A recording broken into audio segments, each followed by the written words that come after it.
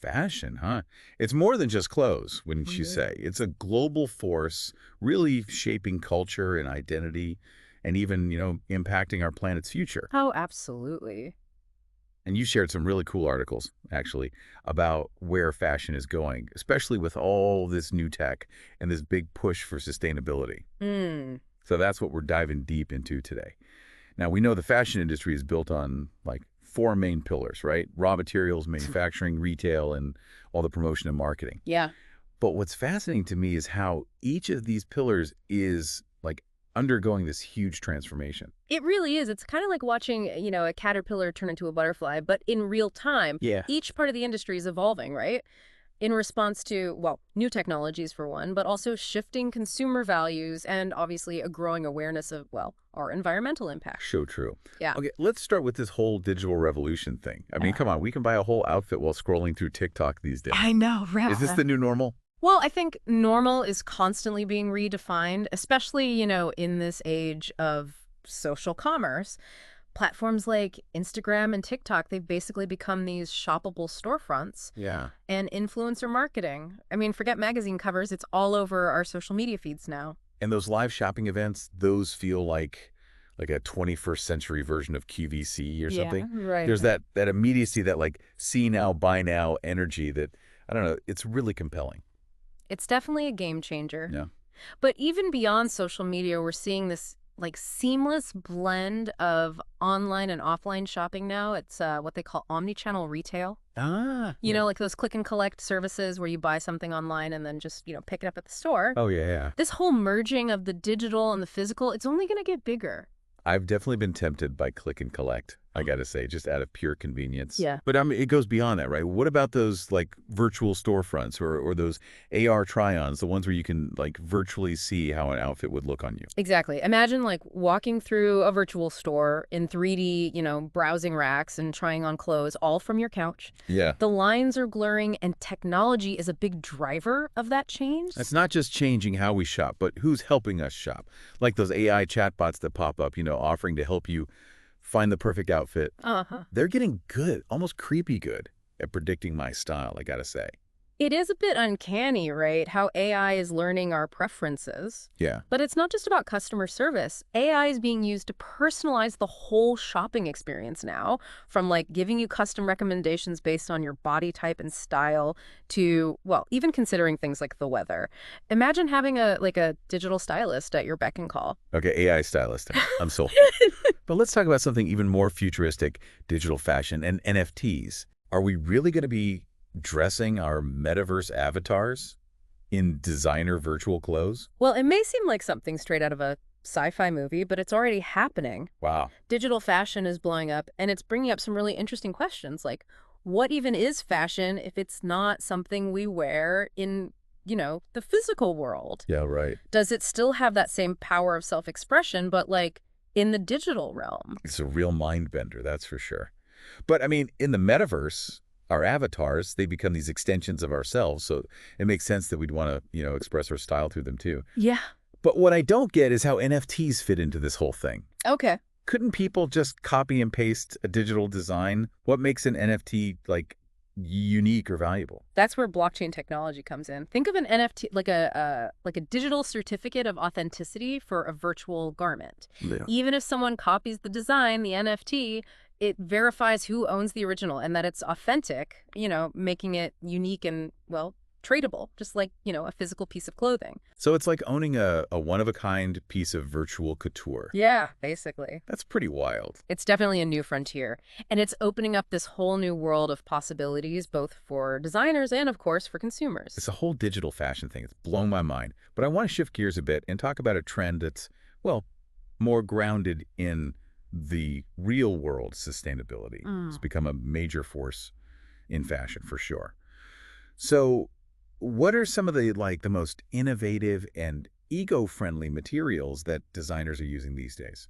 This is where it gets really exciting. We're moving beyond just like organic cotton and hemp, although those are still fantastic options, of course. Yeah. You've probably heard of vegan leather, right? Uh-huh. But did you know that it can be made from mushrooms? Mushrooms. Yeah, or even pineapple fibers. Wow. These materials, well, they're cruelty-free, obviously, but they also need way less water and land than, traditional leather production. Mushrooms, that's amazing. I'd heard about that, but I Yeah. never really thought about how it's actually made. It's like fashion is connecting with nature in a whole new way. Absolutely. It's about finding these innovative solutions, right? Yeah. Solutions that minimize environmental impact without sacrificing style or quality. It's encouraging to hear about these innovations, especially when you consider the negative impact of fast Mhm. fashion. I mean, we're buying more clothes than ever, but we're wearing them for shorter periods too. And all those discarded clothes, well, they end up in landfills, contributing to this massive waste problem. It's true. So how do we move away from this throwaway culture and embrace, a more sustainable approach? It's a multifaceted challenge for sure. But a crucial part of the solution is embracing, the principles of circular fashion: reduce, reuse, recycle. Okay, break that down for me. What does circular fashion actually look like in practice? Well, for starters, brands need to create smaller, more thoughtful collections, to minimize waste. And as consumers, we can buy less and choose higher quality items that last longer. Right. And the resale market, it's booming. Yeah. Platforms like ThredUp are making it cool and easy to buy and sell secondhand clothes, extending the lifespan of garments and reducing textile waste. And it's great to see, how the resale market is changing, people's perceptions. It used to be all about bargain hunting, Right. but now it's about finding those unique pieces, reducing your environmental impact, and, well, just being part of that circular economy. I love that. Yeah. It really feels like vintage and pre-loved clothing are having a moment.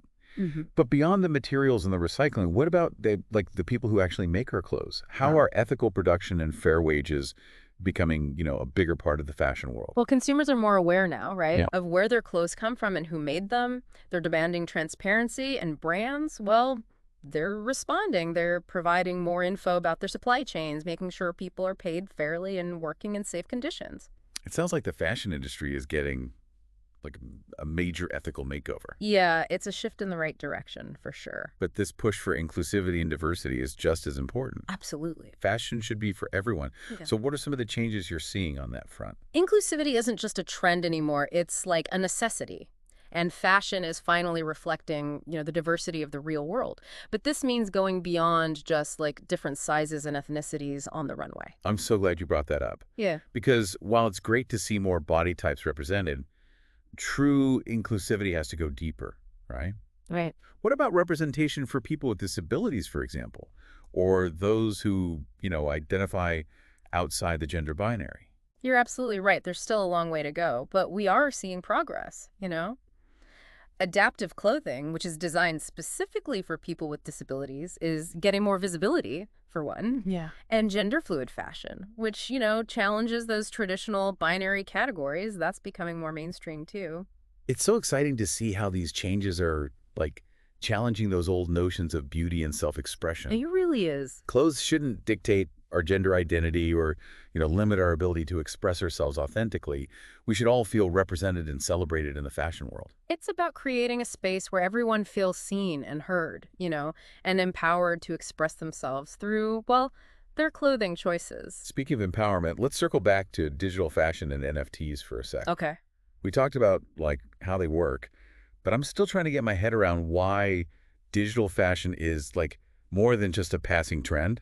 Well, it challenges our ideas of what fashion even is, right? Does it have to be something we physically wear, Mm. or can it exist in these digital spaces? As we spend more time in virtual worlds, our digital identities become just as important as our physical ones. Yeah, for sure. And fashion plays a huge role in, shaping those identities. So in the metaverse, our avatars, they're like extensions of ourselves. Yeah.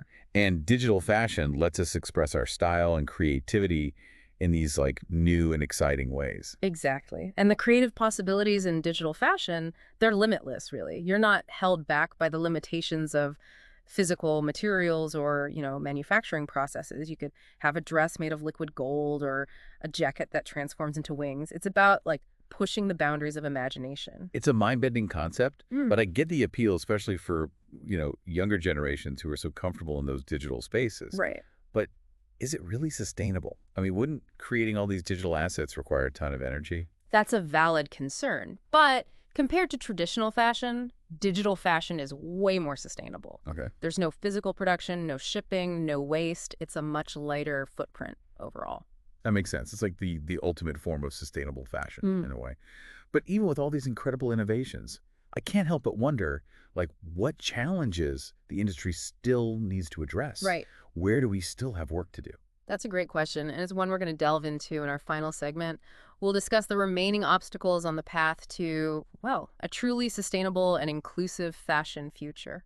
So we've been talking about all these amazing innovations, all the changes happening in fashion, from mushroom leather to those AI stylists. The future of fashion, I mean, it sounds pretty incredible, but we got to acknowledge the challenges, right? The ones that are still ahead.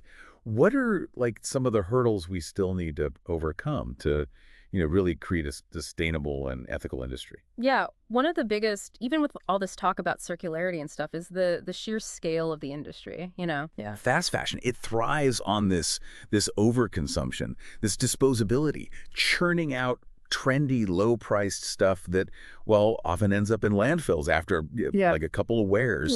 Right. And textile waste. It's a huge environmental problem. It's contributing to pollution and, just using up all these resources. It's like we're addicted to that newness, Yeah. constantly buying, discarding clothes without even like thinking about the impact.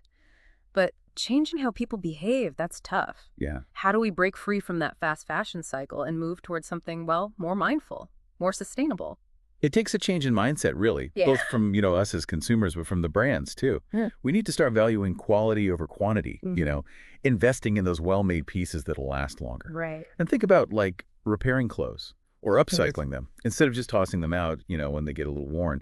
And brands, they can help by designing for longevity, using durable materials, and, well, just better construction techniques. It's about slowing down, right? Being more intentional with our choices, appreciating the craftsmanship, like what actually goes into making a garment. It's shifting from disposable to, I don't know, treasured almost. Exactly. And that shift, it needs to happen in how brands operate, too. Transparency, that's key. Yeah. Consumers want to know, like, where their clothes come from, how they're made, who made them. For sure. They want to support brands that are ethical, sustainable, and committed to fair labor practices. It's not enough anymore to just slap a sustainable label on something. Right. We want proof. We want to see the actions behind the words. Yeah, greenwashing, that just won't cut it anymore. Yeah. Consumers are smart. They're doing their research. Brands need to be authentic, transparent about their efforts. And then there's the issue of accessibility. Right. Sustainable and ethical fashion, well, it can be more expensive, right? Yeah. Which can make it, out of reach for a lot of people. We need to find ways to close that gap, make these options more affordable. Absolutely. Sustainability shouldn't be a luxury. Right. It needs to be for everyone, regardless of what they can afford. Exactly. And while we've seen some progress in, representing diversity, the industry still has a way to go when it comes to inclusivity. This means thinking beyond size and ethnicity, to include those with disabilities, those who identify outside the gender binary. Yeah. It's about creating clothing that works for all sorts of bodies, abilities, identities, making everyone feel seen, valued, empowered to express themselves authentically. You got it. True inclusivity means embracing everyone, challenging those narrow beauty standards that have been around for way too long. When you look at the big picture, I mean, the future of fashion has got some big challenges, but I'm hopeful. There's this growing movement, right, of designers, brands, consumers who are passionate about creating a better industry, one that's more sustainable, ethical, and inclusive. I totally agree. It's a group effort. Every choice we make, from the brands we support to how we care for our clothes, it all has an impact. We've explored a lot in this deep dive. Mushroom leather, digital fashion, AI stylists. Yeah. And while the future is still, being written, one thing's for sure, it's an exciting time to be part of all this change. It really is. Fashion is more than just clothes. It's a reflection of our values, our culture, how we impact the world. As we go forward, let's remember that every purchase, every trend we embrace, every voice we raise, it's all shaping the future of this powerful industry. That's a great way to put it. The future of fashion is something we're creating together, one conscious choice at a time. So as we, step out into the world, let's be mindful of the choices we make, support those brands that, align with our values, and use our voices to push for a better fashion future, one that's more sustainable, ethical, and inclusive. Because in the end, the clothes we wear, they're a statement, right? Yeah. They reflect who we are, what we stand for. Let's make sure it's a statement we can all be proud of.